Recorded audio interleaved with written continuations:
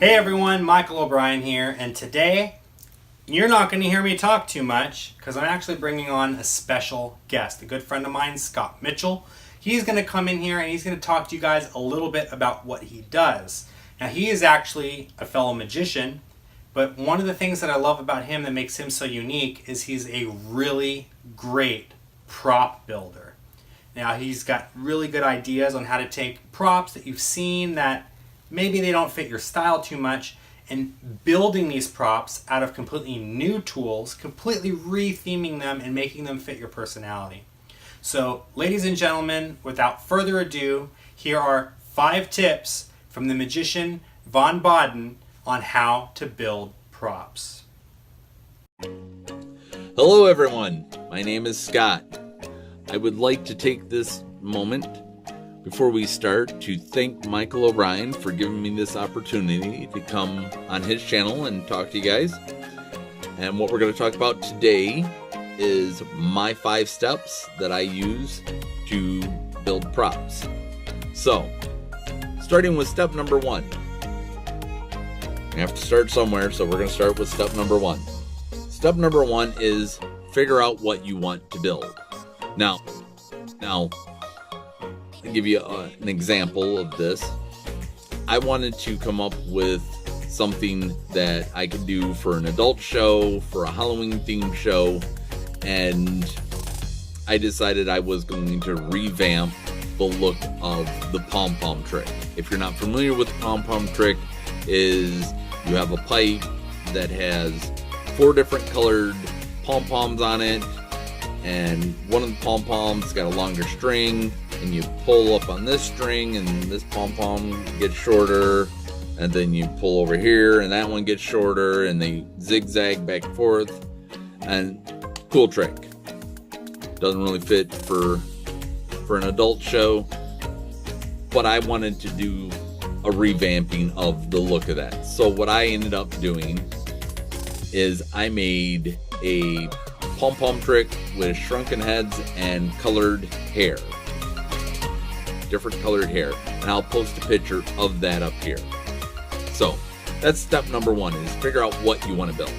Step number 2 is what do you want to build it out of? Or what do you have already at your disposal that you can change or morph into what you want? So, an example of this would be, I wanted to make a headpiece that was bird-like, and I looked on Amazon and found all kinds of bird masks, but nothing that looked like what I wanted it to.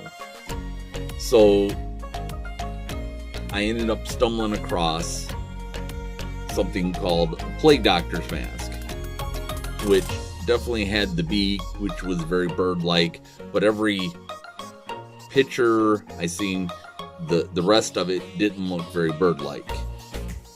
So I was moving stuff around in my magic drawers and whatnot, and bins of magic that I'm sure we all have thousands and thousands of, but nonetheless, I found a skull mask that had the eyes that were more bird-like, and I could build off of that to make my bird mask, and using the plague doctor's beak, make that to be the beak for the bird.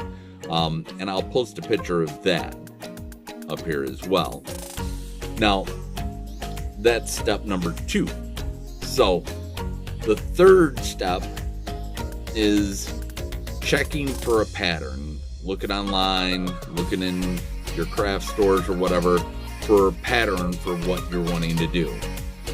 I wanted to make a voodoo doll, and I could not find a pattern for a voodoo doll. But what I was able to find and was able to change to fit what I needed was a pattern for a gingerbread man. And I ended up taking and making Mr. Stitches, which I'll post a picture of him up here. But he was made out of a gingerbread man pattern. And that is step number 3. The 4th step is drawing up a plan of how you're going to do it.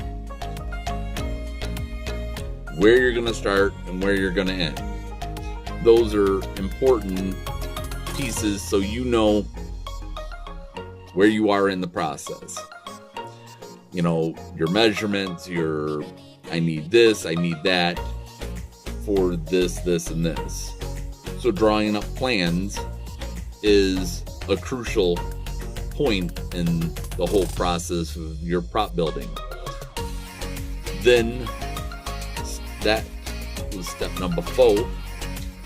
And the final and last step is to have a materials list of everything you're going to need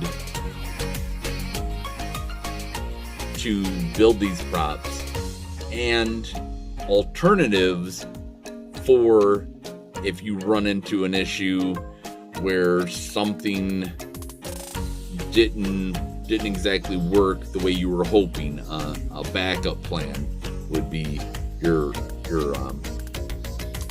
better word usage there is the backup plan.